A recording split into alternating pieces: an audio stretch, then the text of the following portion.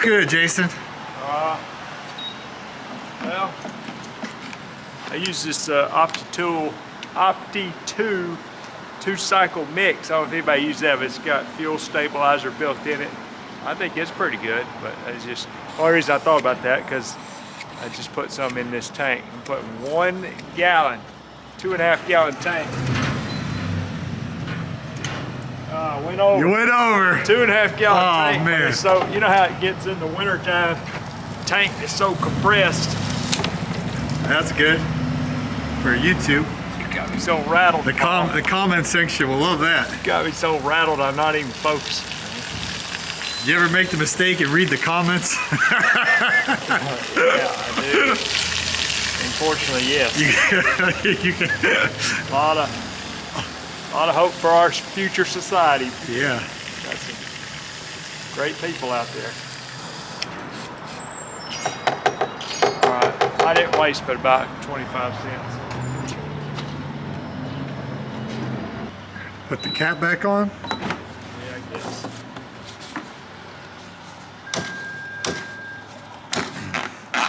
Next year we're hoping to use an X mark. Word on the street, right? Might have a new X mark coming. We'll see. Let's go mow some leaves, I guess. All right. This is our nice truck. Yeah. I got that Julio Jones Kia. Kia makes a great lawn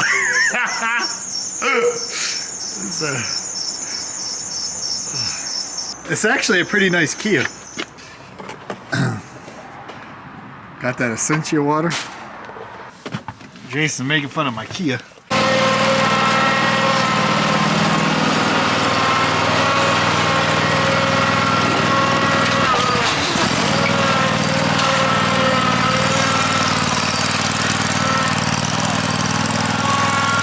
So today we're gonna do a leaf cleanup job, and I'm gonna show you the way that I did leaf cleanups when I was mowing grass. I'm not mowing grass full time anymore, but let me show you the yard and then I'm gonna talk to you about the strategy of how we're gonna clean this thing up, and then maybe it'll be helpful for you, and then we're gonna actually show you some action. I'm here with my friend Paul Jameson. Paul's overly excited about doing this. So let's take a look at the job. All right, here's the yard here, and it's just got big leaves off of this gigantic tree. Not sure what type of tree this is. Now, there's a lot of different strategies when it comes to cleaning up leaves. You'll see people with a lot of people out here with backpack blowers. You'll see people with the giant blowers on wheels. You might see vacuum trucks, all kind of things. Well, so depending on what kind of equipment you have is going to make a difference. But for me, one of the easiest ways to do it is all you really need is a backpack blower and a lawnmower. And, you know, raking is definitely out of question, in my opinion, on a yard this big. So one of the things I like to do is just take the backpack blower and start blowing, and let's blow the leaves away from all the obstacles. So, you know, we don't want to be doing any string trimming, weed eating, weed whacking, trimming, whatever you call it. So we don't want to be in here having to get the mower next to that. So we're going to take the blower, we're going to try to blow it out from away from any obstacles. Of course, underneath that tree, we're going to blow the leaves out from underneath there. Now, if you've got a multi-person crew, then you can have them doing that. One person or two people go ahead and hop on a blower while another person gets on the mower. Another thing I've done before, and I think this makes a lot of sense, is to take, if you have more than one mower, I used to have like a mulching mower and a bagging mower. So if there was like so many leaves, it would be overwhelming sometimes. Sometimes what I would do would mulch it first and then have, let's say again, multiple people there. You mulch it and then you come back behind the mulching mower with the bagging mower. And what that does, it greatly reduces the amount of leaves that you're actually picking up, because once you mulch them, it's just not near as much debris. So if you're in a situation where you have to actually haul off the leaves, that's going to be a lot less bags of leaves to handle. Or if you, in our city, sometimes you can put them on the curb and the city will take care of them, but still, it's just a lot less leaves to handle if you do it that way. So yes, you're having to go over the yard multiple times, but it saves a lot in my opinion. So these leaves are pretty dry. If they are wet, I mean, you talk about really adding to the job, which is going to be a pain. And this is a situation, a lot of times people watch me on YouTube, I use kind of mid-sized blowers just blowing off driveways and all that. But this is a situation, in my opinion, where the bigger blowers definitely come in handy. So if you know you're going to be doing a lot of leaf cleanup, then go ahead and get you a big blower.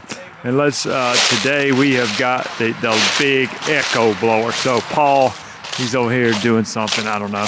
But I've got, let me show you also the lawnmower setup. Now you can just side discharge. It's not gonna do as great. You can also do a mulch kit. I kind of like the chute block. So you see here, I've got this advanced chute system. Now just gonna close it and it'll does a decent job of mulching. Now there are some sticks in the yard. If it's small sticks, I'll be honest with you, I'm probably gonna run them over. This is just helping out a neighbor doing this. So, but bigger sticks, I need to move them out of the way. So we're gonna fire up the lawnmower here. Paul, I was telling him we gotta get the blower going. This is a situation where you need a big blower. Yeah, we're gonna put some 50-to-1 mixed ratio, but this blower is the a PB9010 by Echo. It's an absolute beast. Statistically, it's the most powerful blower in the world. I absolutely love it. So yeah, it's great. I was saying, you know, sometimes when I do lawns, I use kind of a mid-size just out there blowing the driveway. Yeah, but something like this, bigger is better. Yeah, I used to have the 8010, and now I got the 9010.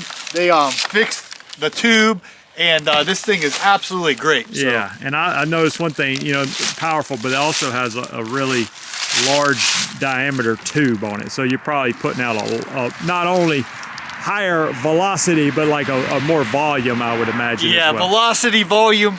Look at these Alabama boys, man. They're educated well. I tell you what, you can't, you don't sleep on us here in Alabama. Velocity. Where did that come from? Anyway, whatever. All right, let's get to work. Enough about this. We're gonna start blowing, start mulching. And matter of fact, I'll tell you what I'm gonna do. I'm gonna take a picture of this before we start because I wanna see the transformation myself. Some people, I feel like I need to do it honestly with some customers when I do weed control. I spray their yard and I remember how nasty it looked the first time. I go back 6 months later and they tell me they got 2 weeds in their yard. I'm like, yeah, you had 2,000 when I first showed up a few months ago. Anyway, so let's do a before and after picture on this and see what kind of transformation we can make.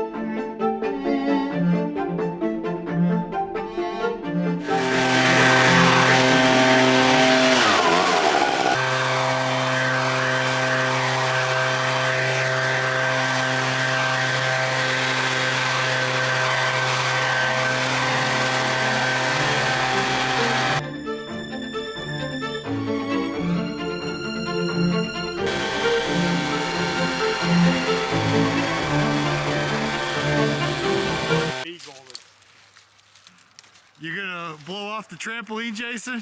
Oh yeah. Need to get this trampoline. Don't want the kids slipping and sliding on those wet leaves, yeah, huh? Let's see how this works. I'm not gonna jump and blow at the same time, just blow. Jason, you missed some sections. You missed some spots. I know. I'm gonna blow it out from under the trampoline Okay. We blew it out away from the house. We got a long way to go, boys.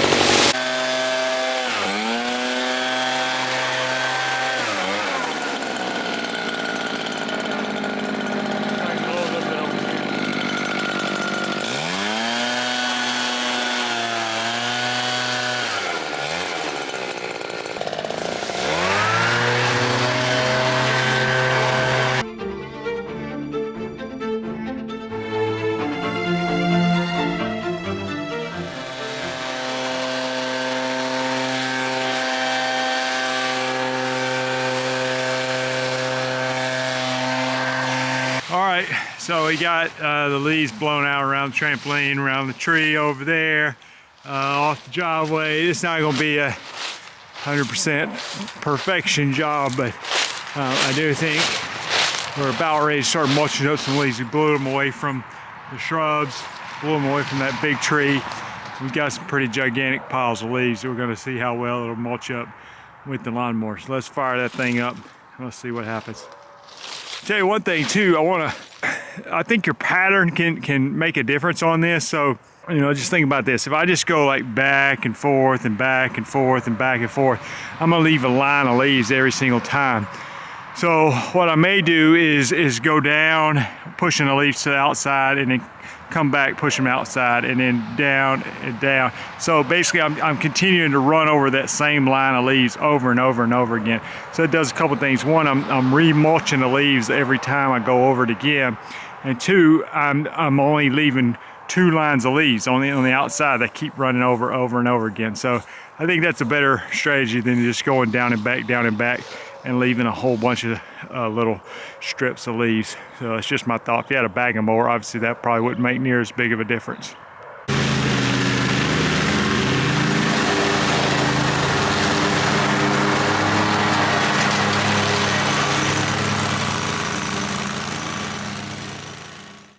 When you're pricing these leaf cleanup jobs, it can be a little bit tricky because I use this illustration. Sometimes it is more leaves than you realize. I had some friends one time that I watched eat a 5-pound burrito. Now that was part of them losing a bet.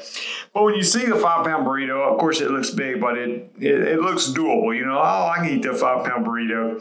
Well, what you find out is it's a lot more burrito than it originally looks. And sometimes that's the way it is with leaf cleanup jobs. You get there, you're like, oh, that's not too many leaves. I remember when I very first started my first lawn care business, I started in the fall, I had a bag and lawnmower, and I was going to go do a leaf cleanup job, and I was putting flyers out because I just didn't know any better. And I way underbid this job, and it ended up taking, I believe, multiple days. I actually ended up catching my lawnmower on fire with the leaves on the hot muffler. I mean, it was terrible, and I was able to put the fire out without it being too terrible. But point being is the leaf cleanup jobs are huge. So when you're pricing them, you need to understand, like, what I like to do when I was running a mowing business, I was like, if I was already cutting their yard, let's say bi-weekly in the fall, let's just continue bi-weekly until the leaves are finished, where it's not such a huge job. But if you go out there, like on the yard we're working on now, that's just all the leaves are just about falling, there's tons of leaves, and if they're wet, it's even worse, then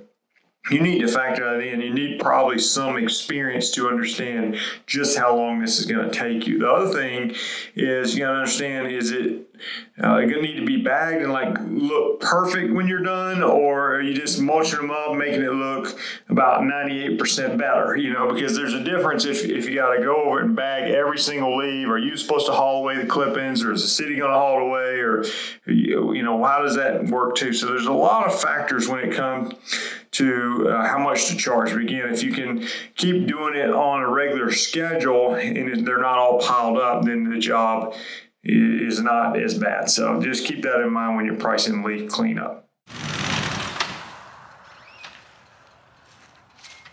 Time for an X mark.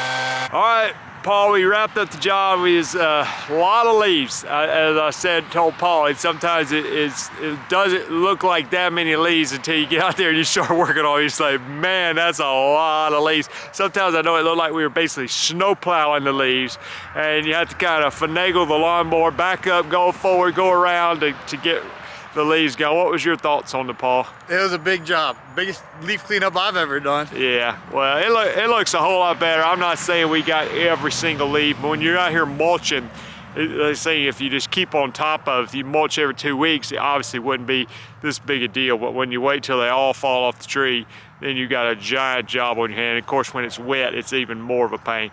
Appreciate you guys watching, and I hope you'll subscribe if you haven't done so. If you need resources for your lawn care businesses, I've got courses, weed control courses, mowing courses, documents, all kinds of stuff at Lawn Care Life. You guys, thanks a lot for watching. We'll see you in the next video.